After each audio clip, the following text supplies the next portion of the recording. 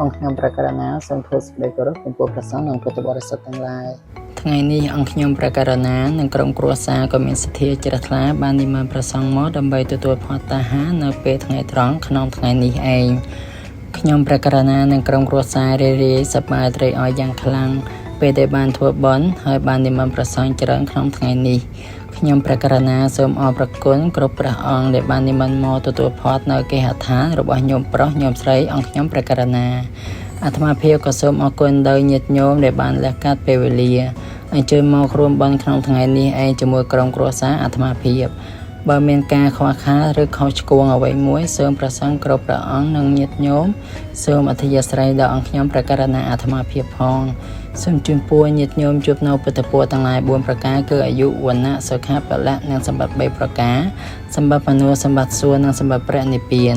បើញាតិញោមប្រាថ្នានៅសម្បត្តិណាមួយសូមឲ្យសម្រេចដោយសេចក្តីប៉ងប្រាថ្នាទៅហងសូមអនុមោទនា